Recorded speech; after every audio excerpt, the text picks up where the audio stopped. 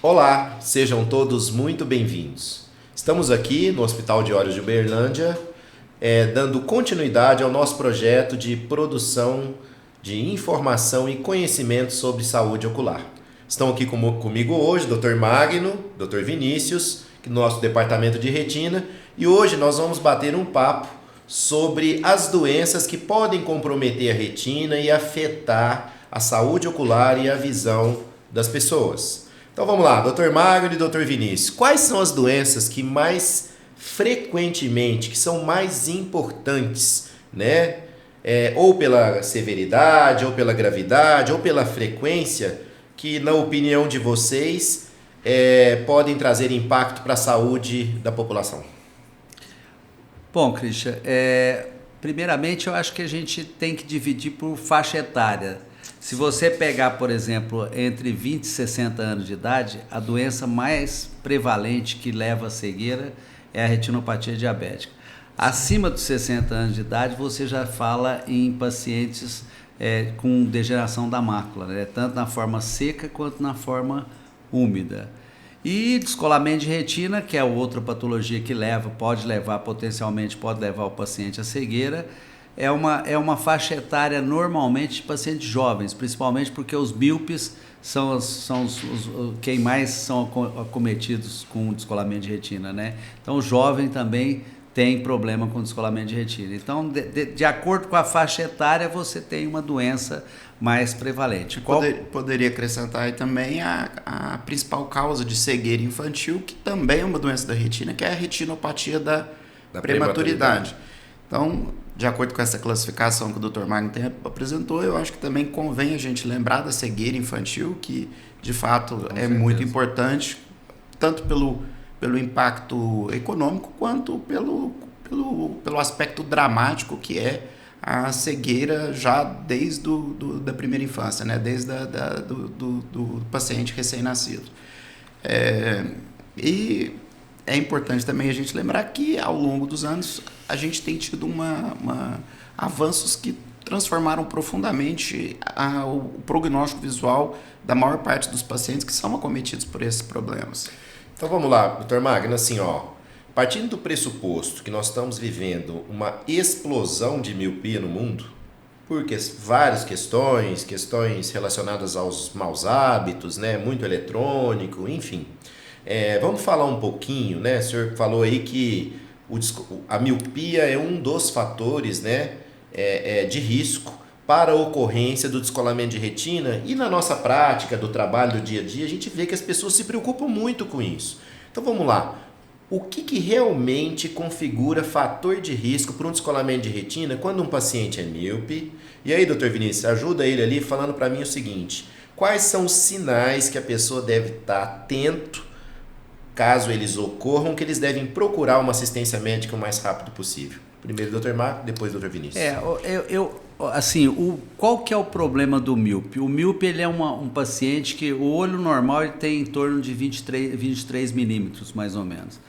O olho míope pode chegar a 30, às vezes até acima de 30. A alta miopia é considerada acima de 26,5, né? Então, assim, qual que é o problema? A fisiopatologia do descolamento de retina, para as pessoas de casa entender, é o seguinte: dentro do olho nós temos um gel que preenche 80% desse olho, chama humor vítreo. O humor vítreo é igual à nossa pele, ele é rico em colágeno.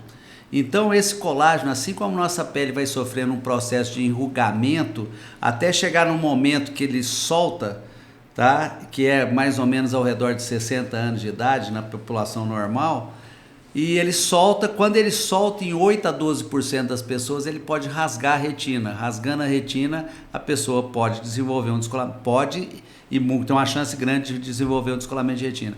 Por que o míope descola mais? Porque o míope, na verdade, por ter um olho muito alongado, esse descolamento do vítreo posterior ele ocorre 20 a 25 anos antes da população normal. Então, como ocorre 20 a 25 anos antes, esse paciente pode rasgar a retina, cair nesses 8 a 12% que rasga a retina, só que não com 60 anos de idade, mas com 30 anos, 35 anos de idade, e aí ele tem um descolamento de retina no momento onde o vítreo é muito mais condensado, uma cirurgia muito mais complexa, porque no paciente que tem um vítreo basênico efeito, aonde, e muitas vezes o paciente não tem um descolamento total, ele tem áreas que o vítreo ainda está aderido, normalmente é a área que rasga a retina. Que rasga. Então vamos lá, existe uma correlação entre o tamanho da miopia e a predisposição de se ter um descolamento? Olha, eu vou só te dar um número. Se o paciente tem 8 graus de miopia, se ele tem 2 graus de miopia, ele tem 4 vezes mais chance de ter descolamento de retina. Se ele tem acima de 8, ele tem 42 vezes mais chance. Uma chance muito maior. Muito maior. Então, assim, esse é um tema que agora recentemente... No próprio CBO, eu falei também sobre descolamento é o Congresso do Conselho Brasileiro de Oftalmologia. Né? Do Conselho Brasileiro de Oftalmologia, em Curitiba, agora no Congresso. Eu dei uma aula sobre isso, sobre descolamento de retina no alto míope.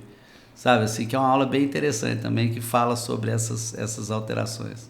E os sinais, doutor Vinícius? Que sinais uma pessoa deve estar atento para correr e buscar ajuda?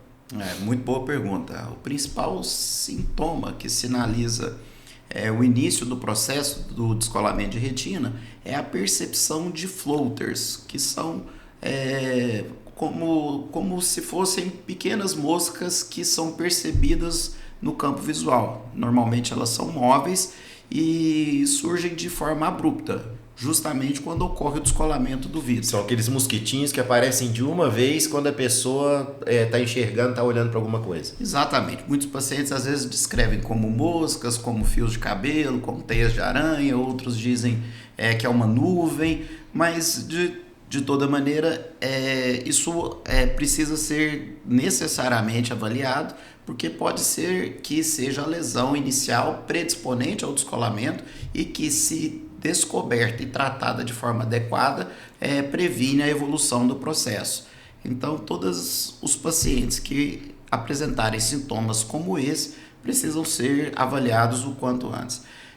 Outros sintomas que também podem surgir e sinalizar descolamento de retinas é a percepção de um escotoma, que é a perda de visão num determinado setor do campo visual. Isso aí também sinaliza problema e precisa ser sempre avaliado. É bom lembrar também que todos os pacientes que são vítimas de trauma ocular contuso, mesmo tomou uma bolada no futebol ou trauma de qualquer outra natureza, acidente automobilístico, bateu o carro, ou mesmo a criança bate a mão no olho, às vezes o avô vai pegar a criança no colo, acontece algo assim. É bom também que o paciente seja avaliado o mais rapidamente possível, porque quando detectadas lesões iniciais, isso aí pode ser tratado e dessa forma o descolamento de retina é evitado. Dr. Magno, supondo que tenha acontecido o pior, ou seja, o descolamento aconteceu. Existe um tempo, que é aquele tempo ideal entre o paciente ter sofrido o problema e conseguir assistência médica especializada? Existe sim, Christian. Só complementando uma coisinha para o leigo mesmo, porque sim, é uma coisa que é um sinal que tem alguma coisa grave. O descolamento do vítreo posterior, ele dá essas manchas, que são essas floaters, essas moscas volantes, né? Mas tem uma coisa que fala a favor de tração, que é a tração na retina causa esses flashes luminosos. Principalmente a pessoa entrar do ambiente claro para o ambiente escuro, entendeu? Aí ele vai sentir tipo um relâmpago do lado, isso significa que ele está tendo tração na retina, e essa tração pode levar, não necessariamente, mas é um dos sintomas que ele pode estar tendo um rasgo retiniano. Ou seja, o mosquitinho apareceu, surgiu as manchinhas, aí ele de repente vê um flash, é um fator a mais de preocupação que ele deve ter. Significa que ele está tendo tração na retina, né? E sobre o tempo entre acontecer de fato o problema e ter o melhor socorro possível? Fala um pouquinho disso. Na verdade, o que acontece? Quando o descolamento... Nós temos na retina a parte central da retina, que é a mácula, que é com a mácula que eu vejo o rosto das pessoas, formatos, objetos, visão de leitura, visão de cores, visão para você dirigir, para a mulher bordar, fazer atividades manuais. Então, a mácula, ela tem uma característica, porque toda a retina ela é nutrida. Parte dela é nutrida pela coroide, que está embaixo da retina, e parte dela é nutrida pela artéria central da retina. Na mácula, não. Na mácula nós temos um negócio que chama zona avascular foveal. Então a retina só é nutrida basicamente pela coroide. Quando ela descola, ela separa da coroide, ela fica num espaço muito grande e ela fica sem nutrição. E as células da mácula morrem, que são as células mais fotossensíveis que nós temos no nosso corpo. Então, assim, o paciente ele deve operar descolamento de retina ou com a mácula colada, só percebendo aquele escotoma, mas quando atinge a mácula, a visão vai lá para baixo. Então, assim... Quanto mais rápido, melhor. Quanto mais rápido. Se a mácula descolar, o ideal é que seja operado nas primeiras 24 horas. Não esperar muito tempo com a mácula descolada. Isso, Magno. Isso é muito importante, porque tem gente que às vezes fica em casa esperando de um dia para o outro, né? E isso pode trazer consequências sérias. Quer dizer, a gente pode ajudar, mas essas pessoas não vão ter o melhor resultado possível, né? Há uns anos atrás, agora fazendo pergunta para os dois, né? Ter um descolamento de retina, Magno, era quase uma sentença, né? Era uma cirurgia dura, o paciente tinha que ficar deitado por muito tempo, em repouso, né? Fale um pouco agora pra gente dessas técnicas modernas de tratamento de descolamento de retina, né? Porque tem gente que tem muito medo, às vezes tem medo até de vir procurar ajuda pela impressão que tem sobre esse tratamento, né? Fala um pouquinho dessas técnicas modernas. Eu vou falar só um pouquinho de história. Eu estou na retina há muitos anos, né? Eu comecei a fazer retina em 1990, então assim, tem 35 anos de retina. Nesses 35 anos de retina, o que eu percebi? Na época que eu fazia residência, a pessoa ficava internada 8 dias quando eu operava de retina. Então, assim, realmente o negócio, assim, a cirurgia de retina normal, se fosse sem vitrectomia, era 3 horas e meia, 4 horas de cirurgia. De tempo cirúrgico. Agora, se fosse com vitré, ia para 5 e meia, 6 horas. Eu operava com o Michel na época lá, a gente operava com até 2 horas da manhã para fazer 7 casos, começando às 7 horas da manhã. Então, assim, hoje, o que aconteceu? A cirurgia mudou muito. A cirurgia de retina hoje, na verdade, assim, a gente tem um índice de sucesso de mais ou menos 90% numa só cirurgia e 2 ou mais cirurgias em torno de 95%. Então, a chance de você perder a visão num descolamento de retina, ela não é 0, porque não tem muito isso em medicina. Mas é em torno de mais ou menos 5%, com uma ou mais cirurgias, né? Se você colocar óleo, mesmo que seja uma cirurgia, você vai precisar de uma segunda cirurgia para tirar o óleo, porque ele não é absorvido. Não pode né? ficar lá. Mas assim, o que mudou muito na cirurgia de retina foram a velocidade de corte dos aparelhos. Então assim, quando eu comecei, a velocidade de corte era 400. Hoje é de 20 a 30 mil cortes por minuto. Tá? E a gente tinha, os vitreóficos eram muito menos eficientes, ele tem um mecanismo de mola, agora é o mecanismo pneumático que faz tanto o recuo quanto o corte, entendeu?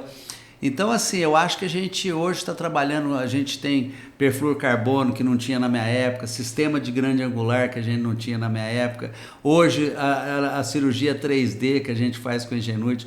Então, assim, eu diria que para quem teve a oportunidade de acompanhar toda essa história, o Vinícius é mais novo, mas acompanhou muito disso também, pegou a lentinha, né, Vinícius? Muitas vezes. Então segurando a lentinha que a gente suturando lente, suturando esclerotomia, quer dizer, mudou muito. Na verdade, o Vinícius já pegou um avanço muito importante, né? Mas assim, já tinha coisas que já existiam, o perfluorcarbono já existia. Eu sou pré-perfluorcarbono. Então, Só tinha óleo de silicone. Não, você tinha que fazer cirurgia de rotura gigante, você tinha maca que girava o paciente, ele virava de cabeça para baixo, o médico operava aqui embaixo, sabe assim, é um negócio muito louco, sabe assim. Então, são coisas que hoje, graças a Deus, são histórias, né? Quando o Machmer desenvolveu o primeiro vitreófico, ele era de 17 gauge. 17 gauge, nós estamos falando aí de quase 2 milímetros, né? Muito grosso. Hoje, o 27 gauge, ele tem menos de meio milímetro, entendeu? Então, assim, e ele tinha tudo numa própria sonda. Tinha irrigação, infusão e iluminação. Então, é um negócio super grosso para entrar dentro. Muitos riscos de acidentes, muita rotura na inserção ali na entrada dos instrumentos, né? Hoje eu diria que nós estamos falando de uma outra cirurgia, quer dizer, Vinícius que tem uma experiência aí também de quase 20 anos, né, Vinícius? Não. Por aí. Então, assim, pode falar. Você deve também ter visto uma evolução danada nesses anos, né, Vinícius?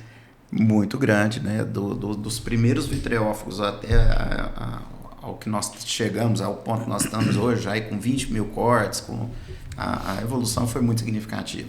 E eu também gostaria que você falasse um pouco, porque você viveu mais do que eu, você participou mais dessa história, do avanço que houve dos equipamentos para visualização do segmento posterior, né? Você citou aí o grande angular, citou assim de forma sucinta aí o Ingenuity, e eu, no meu entendimento, isso aí foi algo que revolucionou, né, a cirurgia e o prognóstico dos pacientes. Fala um pouquinho sobre isso aí, Marcos, Na verdade... Deixa eu só fazer uma pequena observação, porque a gente está aqui falando para muitas pessoas, um público que não é da nossa... Né? Esse Ingenuity, o Ingenuity que vocês estão falando, né, gente? É um sistema de 3 dimensões, é mais ou menos como assistir um filme em 3D. Né? Então, quando o médico está operando, é como se o olho saísse da tela da televisão e a gente conseguisse ver tudo em proporções grandes, né? Como se a gente estivesse manipulando um grande olho saindo de uma tela de televisão.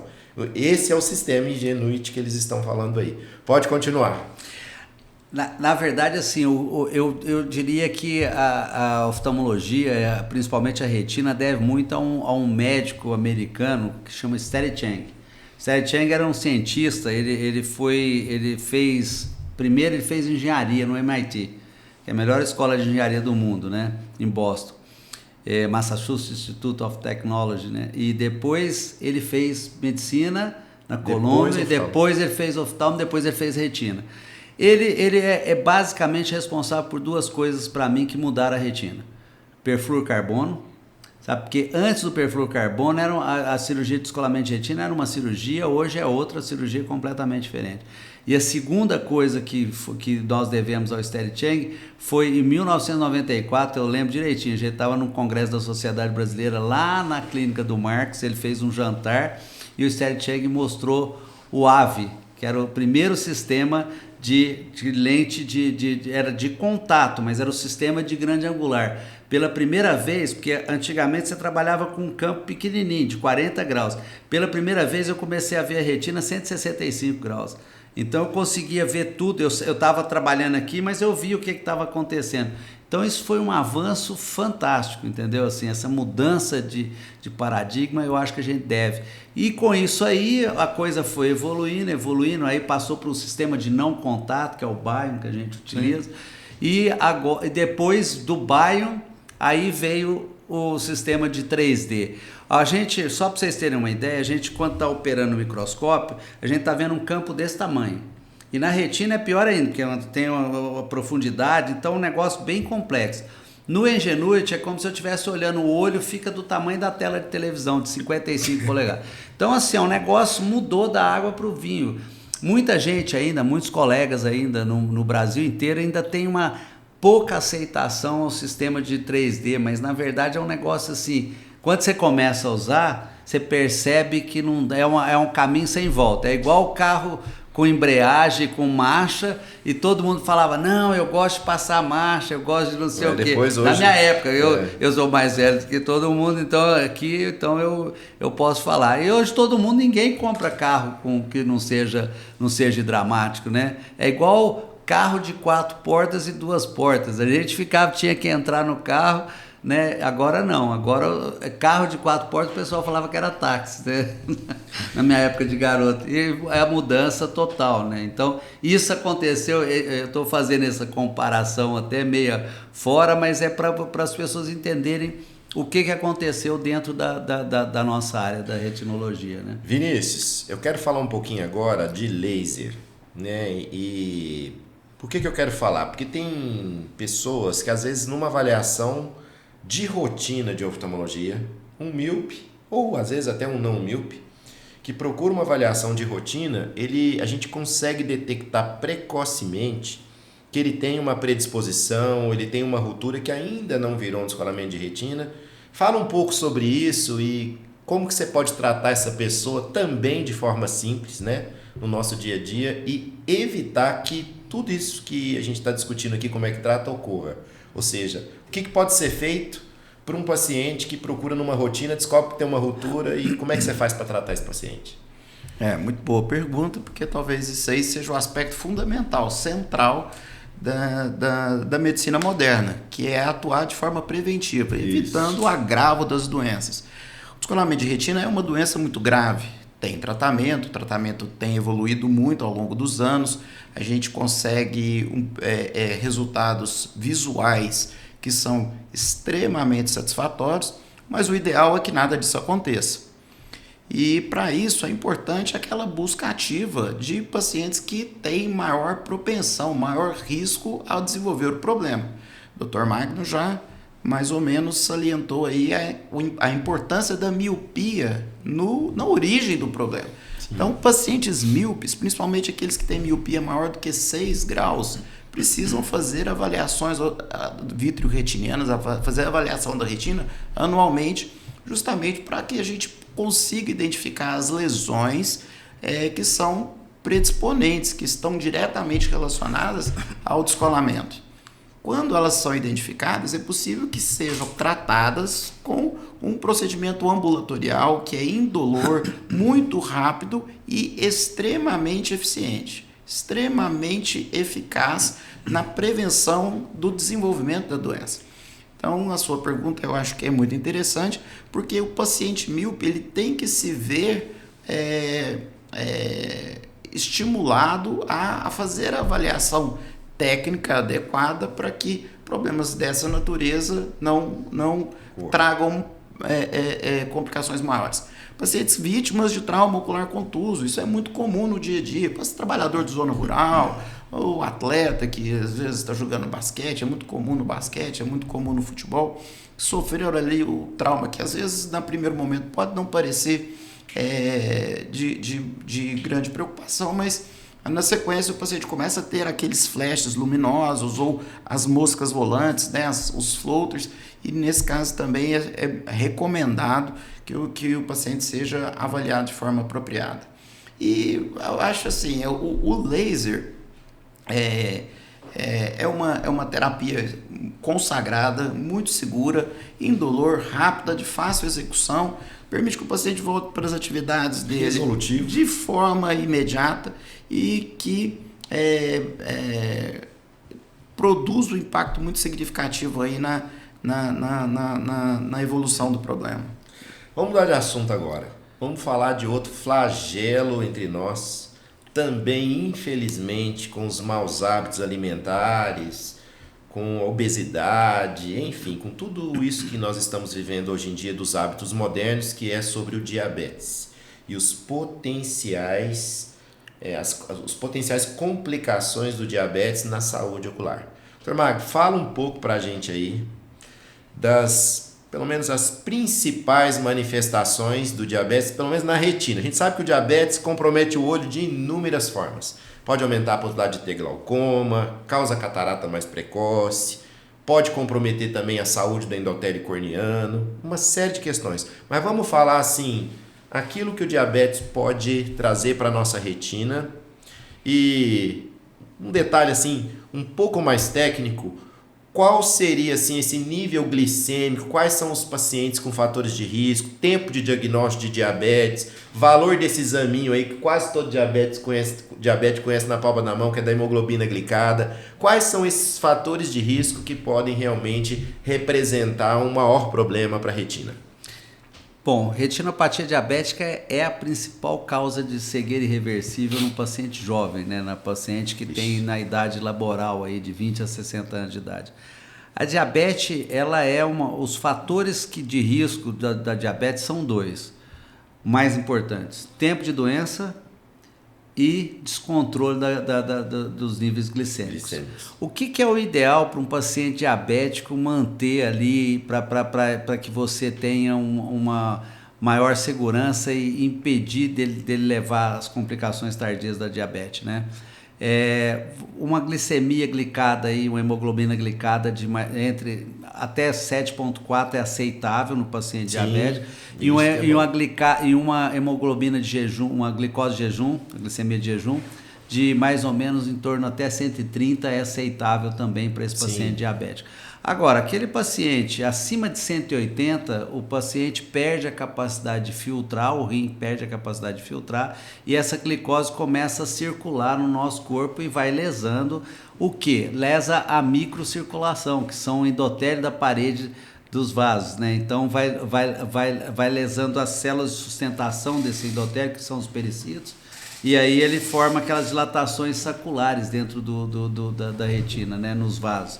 São microneurismas, né? Que são os vasinhos, como se fossem saquinhos mesmo nos vasos. Sim. Esse saquinho ele não tem tem uma parede muito frágil, ele rompe. E aí deixa passar sangue, deixa passar gordura para dentro da retina e vai causando todos aqueles problemas que, dentre os problemas que o diabético tem, o mais grave de todos e o que leva mais à cegueira não é nem o sangramento e nem o descolamento, é o edema de mácula, né, que é a maculopatia diabética, o edema de mácula diabética. Edema é quando acumula líquido na mácula, né? Na verdade, a retina ela tem um estado igual a córnea, um estado de semidesidratação para que ela possa manter a captação, toda a sua função natural. Quando essa retina começa a ficar inchada com líquido dentro, aí você tem toda uma descompensação e a visão vai só baixando, né? Nesses casos especificamente. Então, a diabetes é um problema muito grave porque ela atinge a microcirculação.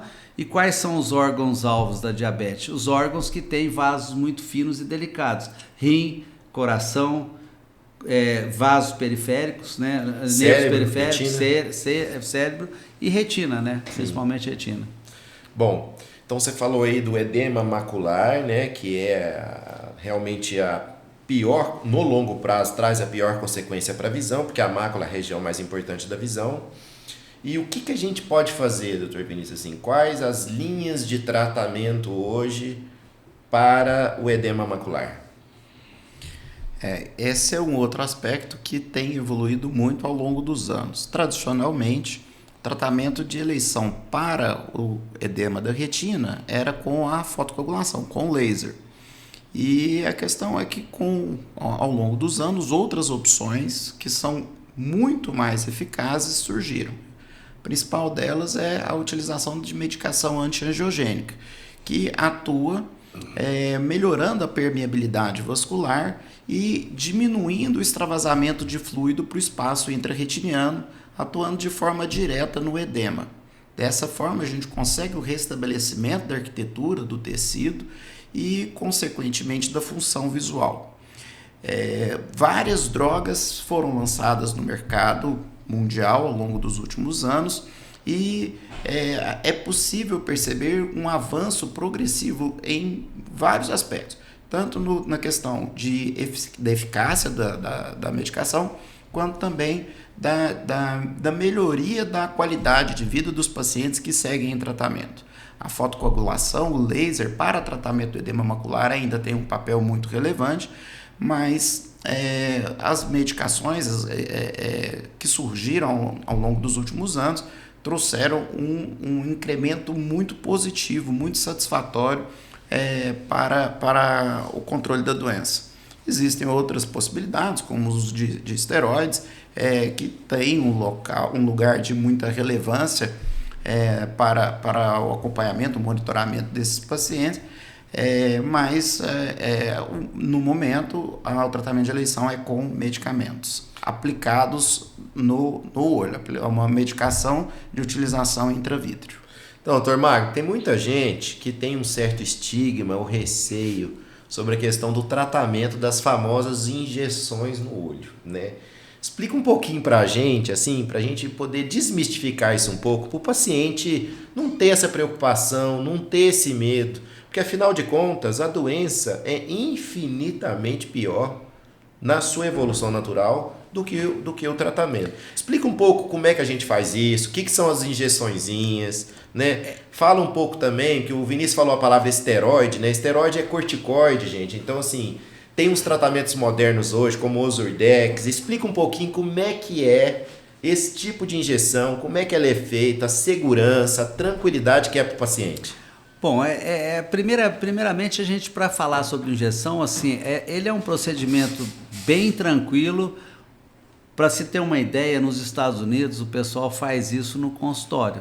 Nossa entendeu? Senhora. É feito de rotina no Aqui consultório. no Brasil não pode. Não. Aqui nós fazemos dentro do centro cirúrgico, Sim. paciente deitado, né, com microscópio. Então eles fazem na lâmpada de fenda. Sabe por quê? Porque o custo de se fazer isso num centro cirúrgico nos Estados Unidos é muito alto. Então, assim, a medicação já é cara e o custo de você levar ele para um centro cirúrgico, isso acabaria inviabilizando o procedimento. Sim. Então, a gente, só para ter uma ideia, assim, o que acontece? O paciente que usa insulina, ele usa insulina a vida toda e todo dia ele dá uma picadinha. Uma picadinha na barriga. Então, Mais de assim, uma picadinha. Às vezes mais de uma. Às vezes mais de uma. Essa picadinha dele, a agulha de insulina natural, ela tem mais ou menos, hoje não, hoje eles diminuíram, né? Sim. Mas era em torno de 27 gauges. Sim. Então, assim, 27 gauges, nós estamos falando aí de meio milímetro. Sim. As agulhas que a gente faz injeção intravítrea, ela tem 32 gauges, ela é muito mais fina. Fininha. Então, nós estamos falando de 0,3 milímetros. Então, o que é feito de rotina? A gente faz asepsia, coloca um campo cirúrgico, vem e coloca um bléfaro para abrir o olho, pinga um colírio anestésico, que é um colírio que a gente opera hoje até catarata, opera vários procedimentos, opera cirurgia refrativa, e aí a agulha, ela dura segundos, né? Porque é uma agulha tão fina que se o paciente não tiver estressado, tiver tranquilo, ele nem percebe.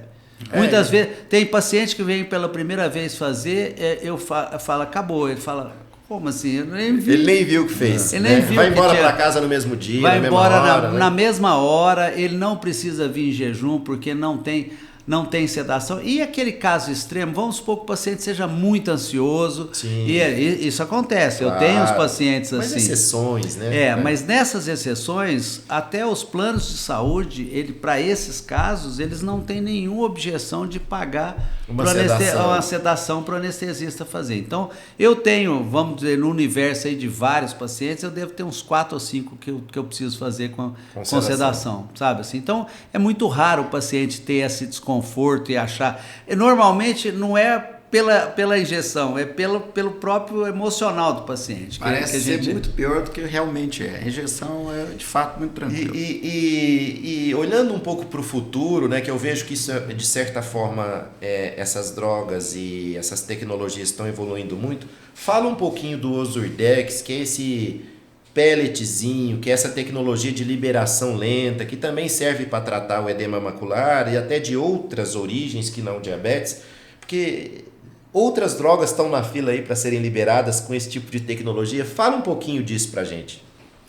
Bom, o Ozurdex, que é? O Ozurdex, na verdade, é a dexametasona, né? É um corticoide, que é o esteroide. Os corticoides, na verdade, se você for olhar nas potências do corticoide, o corticoide, a trianolona, por exemplo, tem uma potência 5. E a dexametasona e a betametasona, ela tem potência de 25, ela é 5 vezes mais potente do que a prednisolona. Qual que é a trianolona? O que acontece? Acontece que a dexametasona, ela é hidrossolúvel e o vítreo, 90% dele é água. Então, se eu injetar a dexametasona dentro do olho, na forma normal, ela desaparece em questões de horas ou às vezes dia. E o que acontece? O Ozurdex, ele é um polímero.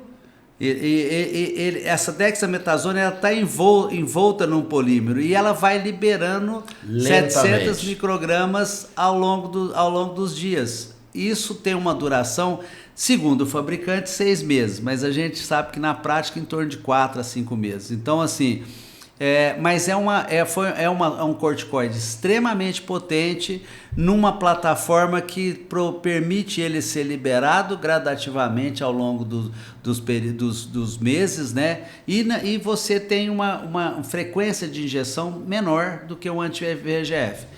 Ele é muito bom para o diabético naqueles diabéticos onde você não tem uma resposta muito boa. Ali você faz 5, 6 injeções de anti-VEGF e aí ele não está respondendo. Aí você tem que passar para uma outra droga, sabe assim? Aí muitas vezes a gente vai para o corticoide. Vinícius, existe possibilidade de combinar essas terapias? É possível fazer isso para o paciente? Você fazer uma combinação caso seja necessário? Sim, é possível e na maior parte das vezes é necessário que isso seja feito, principalmente se nós considerarmos a possibilidade da fotocoagulação. Então, eu acho que o laser ainda mantém a sua relevância no tratamento dos pacientes com edema macular e a associação do laser com o antiangiogênico é talvez uma alternativa muito segura, eficaz e confortável para grande parte dos pacientes. Como o Dr. Magno falou, existe também a possibilidade do uso do Ozurdex, que é esse implante de dexametasona, principalmente nos pacientes que às vezes não respondem de forma mais direta com o antiangiogênico. Eu vejo que muito disso que a gente está falando aqui é exatamente para impedir que o paciente diabético com retinopatia diabética evolua para as formas mais graves da retinopatia. E aqui eu já estou falando realmente da retinopatia diabética proliferativa, que é a forma mais grave, né? No passado, uma sentença. Quem tinha retinopatia diabética proliferativa era praticamente uma pessoa fadada a ter que conviver com a cegueira. Como tem evoluído isso, Magno? E o que a gente faz hoje quando os pacientes mais graves chegam aqui diante para a gente? Pô, ainda o tratamento Gold Standard para o paciente com proliferativa sem sangramento e sem descolamento tracional é ainda a panfotocoagulação. Mesmo que... Laser é o tratamento de escolha para esses casos.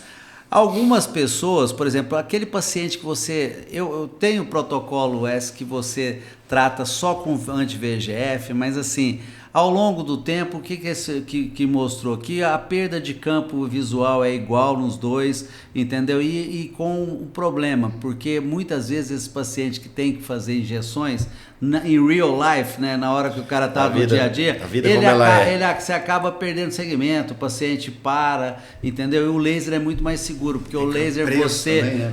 Também, né? Preço também, então tem várias coisas. Eu acho que, apesar de existir uma tendência, a própria indústria farmacêutica também tem interesse que a coisa vá para esse lado, mas eu acho que o bom laser ainda tem o seu lugar. Tem o seu lugar. Agora, o paciente, principalmente o paciente diabetes tipo 1, que sangra, na minha opinião, é indicação de vitrectomia. Vitrectomia. É vitrectomia.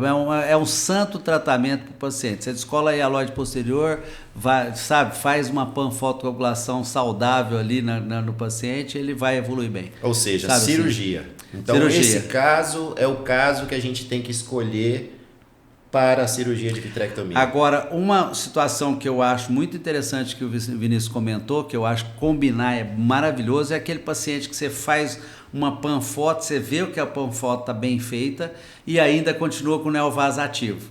Sabe, assim, aí você fala assim, não vou fazer vitrectomia nesse caso, não tem indicação. O que eu vou fazer? Vou fazer... Injeção. Aí a injeção ajuda a regredir. Complementa esse tratamento aí do laser. Aí a injeção, nesse caso aí, é muito boa. Bom, então agora vamos pegar aquela faixa etária que está um pouquinho mais adiante, né? Vamos falar um pouquinho da doença degenerativa relacionada à idade, DMRI, né? Fala um pouco dessa doença, existem fatores predisponentes, fatores ambientais que também podem interferir, fatores de comportamento da pessoa. Vamos falar um pouco agora sobre falando para os dois podem responder, falar um pouco sobre degeneração macular relacionada à idade e o que ela faz e as consequências que ela pode trazer. Bom, a degeneração macular relacionada à idade é uma doença, teoricamente, do paciente acima de 55 anos de idade. Ela na grande maioria, uma doença de pessoas caucasianas, ou seja, pessoas brancas, da raça branca, e ela tem uma origem aí, normalmente os pacientes no nosso meio são pacientes com descendência europeia, então tem um componente genético, tem um componente comportamental também muito, muito, muito importante, principalmente o tabagismo, sabe assim? Tabagismo, obesidade, hipercolesterolemia, todas essas doenças. Eu brinco que tudo aquilo que faz mal para o seu coração, você pode transportar isso pro nosso olho, para a nossa retina, no caso da DMRI. Ou seja, estresse oxidativo. Estresse oxidativo. Tudo isso que a gente já sabe, que a ciência já definiu, que leva a estresse oxidativo, contribui para a degeneração macular avançada da idade. Em suma, o que acontece na degeneração da mácula é o seguinte: se você pegar uma explicação mais técnica, mas se você pegar aquele segmento externo dos fotoreceptores ali, você tem tipo uma pilha de moeda. Aquela parte do segmento externo, ela vai morrendo, existe uma célula que é o nosso lixeiro na retina, que é o epitélio pigmentado da retina. Ele vai fagocitando, comendo esse resíduo. Quando esse epitélio pigmentado, principalmente pessoas claras, que tem um epitélio pigmentado muito mais, igual o alto míope, né? Que você quase não tem, você vê o epitélio pigmentado, ele é um epitélio pigmentado mais ruim entre aspas. Então ele perde essa capacidade de fagocitar e é como se lixos fossem acumulando ali naquela região. São as drusas, que é o depósito de hialina ali naquelas drusas, são aquelas lesões amareladas na retina que o paciente tem. Essas drusas, ela dificulta esse transporte de nutrientes da coroide, porque ela está logo abaixo da retina ali, entre a coroide e a retina, então na membrana de Bruch. Então ela pede a passagem de nutrientes e vai dando uma isquemia ali ou que pode levar a duas coisas: atrofia ou a formação de chamar vasos e criar os neovasos da retina. Aí fica parecendo com a fisiopatologia do diabetes, né? Nessa forma, né? Exatamente, só que é uma coisa que ocorre debaixo da retina, porque essa membrana é a membrana tipo 1, né? Existe a membrana do míope, que é a membrana tipo 2. Então, assim, basicamente, o paciente com DMRI, 80% dos pacientes com degeneração da mácula vão ter só drusas. Vão tocar a vida dele o resto da vida. E não vão ter muitas consequências. Nada. 10% podem desenvolver membrana neovascular e aí sangrar ou ter líquido dentro da retina, que é o líquido da diabetes, formar um edema na retina e isso baixar muito a visão do paciente. Sim. E 10% vão evoluir para a forma atrófica, que até bem pouco tempo não tinha tratamento nenhum. Então vamos lá, vamos recapitular lá. Então vocês estão me dizendo aqui que nós temos duas formas de degeneração macular, né? Acho que as pessoas querem saber. Tem uma forma que a gente chama de forma úmida, né, ou exudativa, que é essa que acumula líquido e imita o diabetes. E tem uma forma que é uma forma atrófica, onde não tem o líquido, mas as células vão morrendo, vão perdendo a sua função. A gente trata diferente isso. Você disse que até pouco tempo não tinha tratamento para a forma seca, né, ou forma atrófica. Tem tratamento hoje, doutor Vinícius? Sim, hoje, felizmente, a gente tem uma alternativa para tratamento desses pacientes que são acometidos pela forma seca, pela forma atrófica, onde ocorre perda celular. Esse tratamento é realizado através de uma fotobioestimulação que tem resultados excepcionais que garantem a estabilidade da visão e, em alguns casos, pode ocorrer até mesmo recuperação, melhora da visão com ganho de linhas. O paciente ele começa a recuperar a visão que ele já havia perdido. Então, nesse sentido, a gente conta com uma nova tecnologia que permite a gente abordar de forma bastante eficiente pacientes que até bem pouco tempo a gente apenas acompanhava e assistia à perda visual. Isso aí eu gosto de dizer porque é uma tecnologia que só se tornou disponível há poucos anos aqui no nosso país.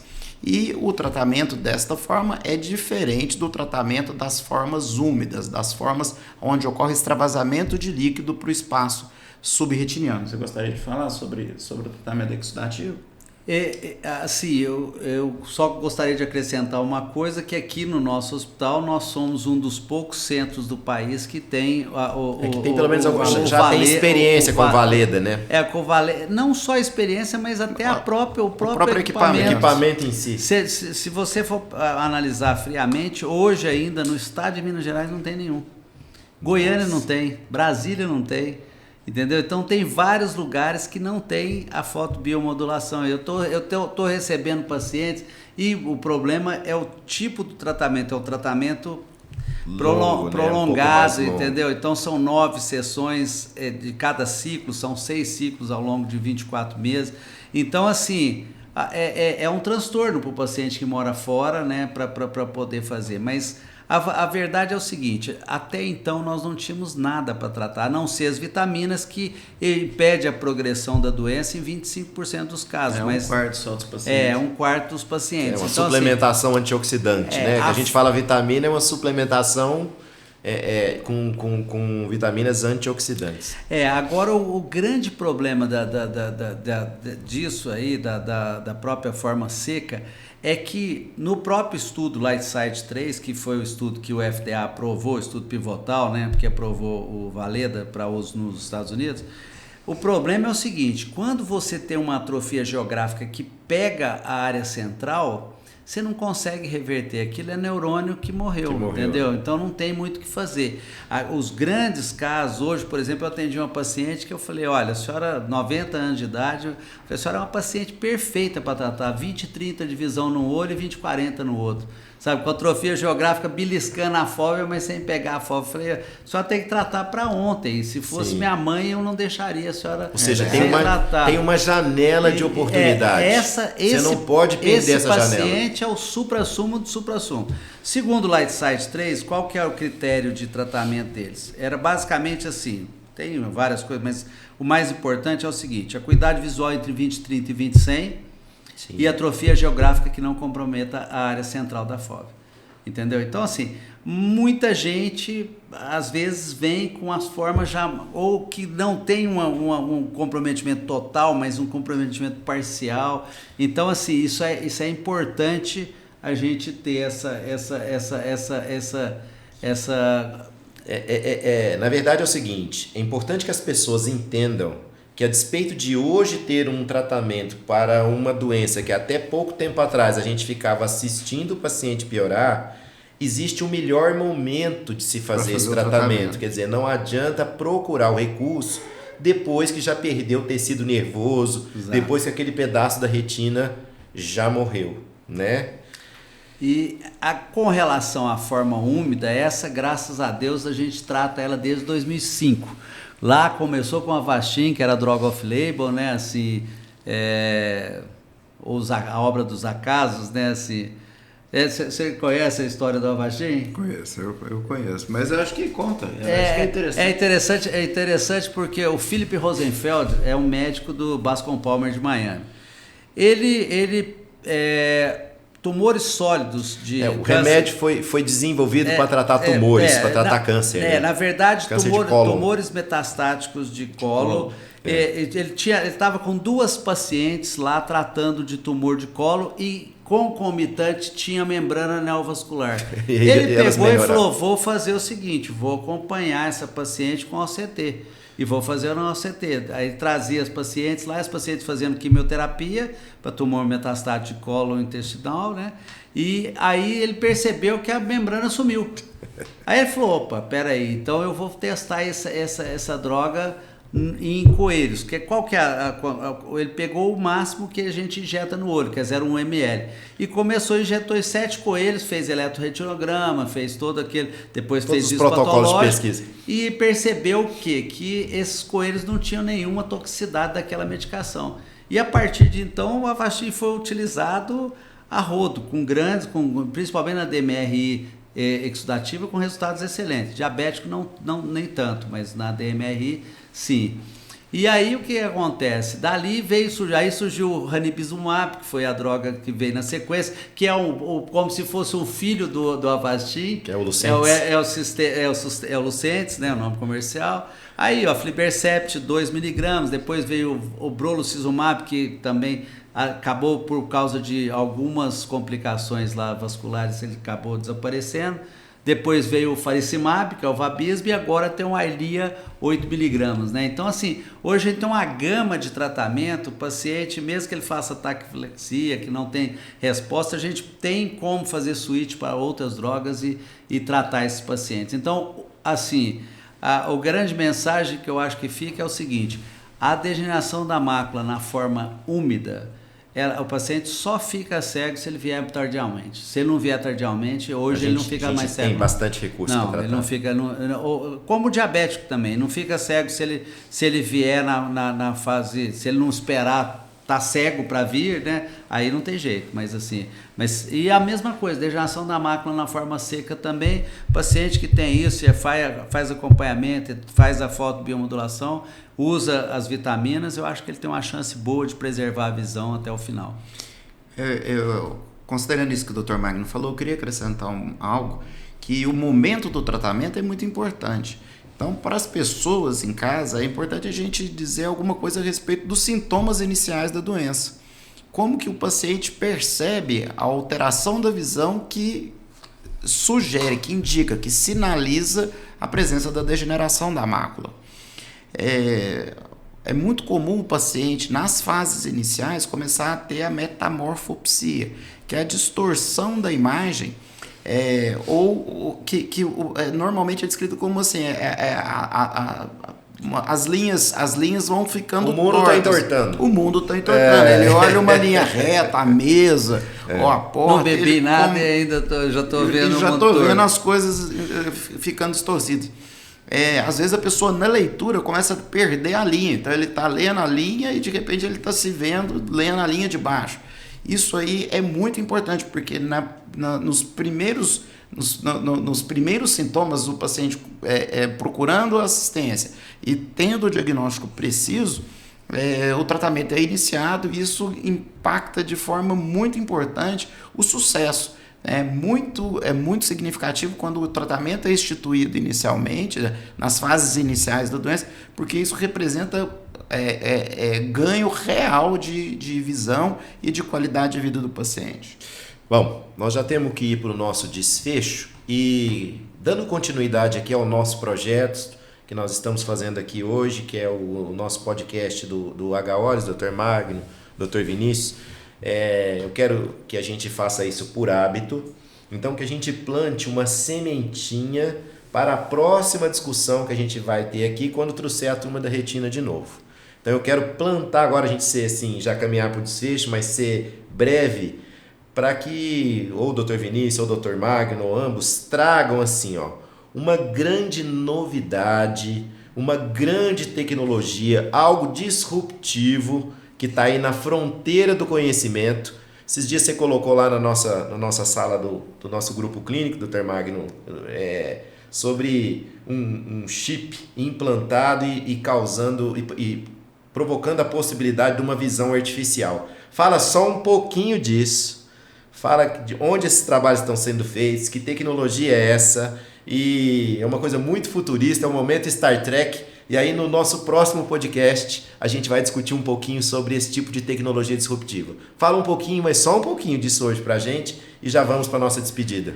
Na verdade a ideia de se fazer a visão artificial, ela surgiu há alguns anos atrás e por mais que existia um monte de limitadores principalmente da captação da imagem, você tinha que ter uma conexão com o cérebro, lá com o cérebro. Então, assim, era um negócio bem complexo e essa ideia estava indo muito bem, mas por incrível que pareça, essa empresa acabou falindo. Sim. Sabe? Então, foi um negócio muito ruim, porque a gente já estava numa fase de pesquisa que o chip estava só melhorando.